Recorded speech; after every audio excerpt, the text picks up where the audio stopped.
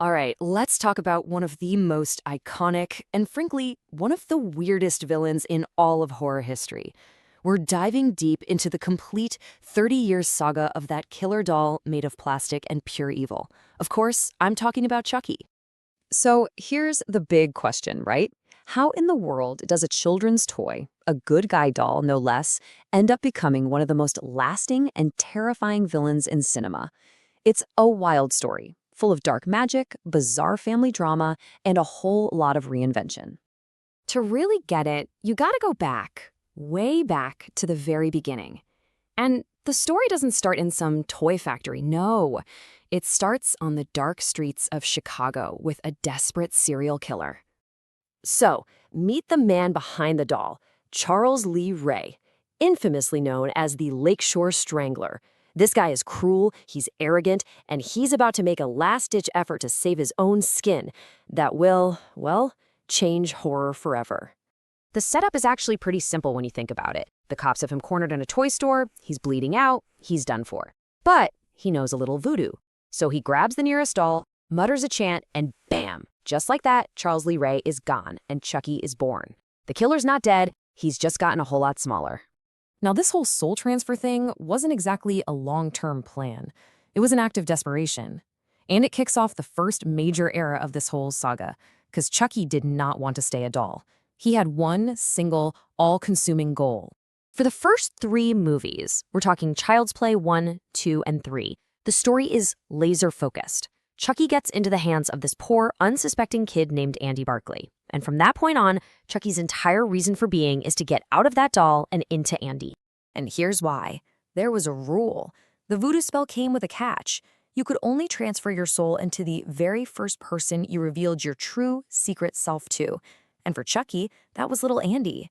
So it wasn't just random mayhem. It was a deeply personal, desperate mission.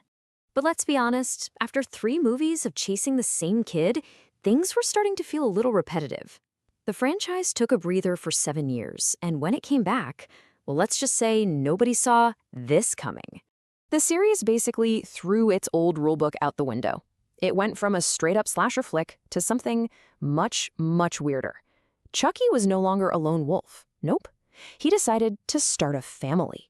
I mean, just look at the shift. Bride of Chucky gives him a girlfriend, Tiffany, who he promptly turns into a doll herself. Then, in Seed of Chucky, they have a kid named Glenn, or Glenda. It's a whole thing. The goal wasn't about Andy anymore. It was about this bizarre, murderous doll family trying to become human. And the tone? It went from horror to pure, over-the-top black comedy. So after that whole domestic bliss experiment, the franchise just vanished. For 9 long years, there was nothing. It really felt like maybe, just maybe, Chucky was finally gone for good this time. But, come on, we know better. And that brings us to the modern era. This is where Chucky comes roaring back, and not just back to basics, but in his most powerful form ever. The series went back to its dark, scary roots, and then just blew the whole mythology wide open. 2013's Curse of Chucky was a total game changer. It ditched all the comedy, all the camp. It made Chucky genuinely scary again. He was back to being a stealthy, menacing evil, stalking a new family that had, you guessed it, a dark secret tying them back to his human life. But the real jaw-dropper came in the next film, Cult of Chucky. It turns out, after decades of practice, Chucky learned a brand new voodoo spell. One that shattered all the old rules and made him more dangerous than anyone could have imagined. He didn't have to be in just one body anymore. Yeah, this is where things get completely wild. He can now split his soul into as many vessels as he wants. That means multiple Chucky dolls running around at the same time. And he can even possess living human beings. He's not just a doll anymore. He's an idea. He's an army, a literal cult of Chucky. So after all of that, the slasher phase, the comedy phase, the cult phase, we're back to that first question.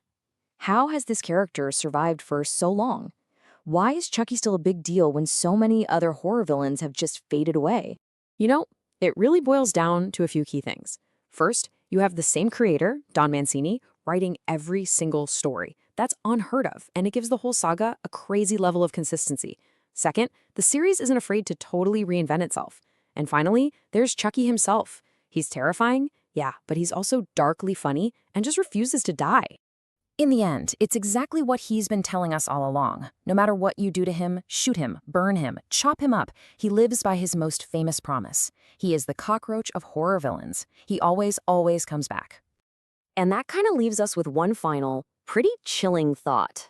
We know he'll be back. The only question now is, with an entire army at his command, what form will he take? And maybe more importantly, when are we going to see him again?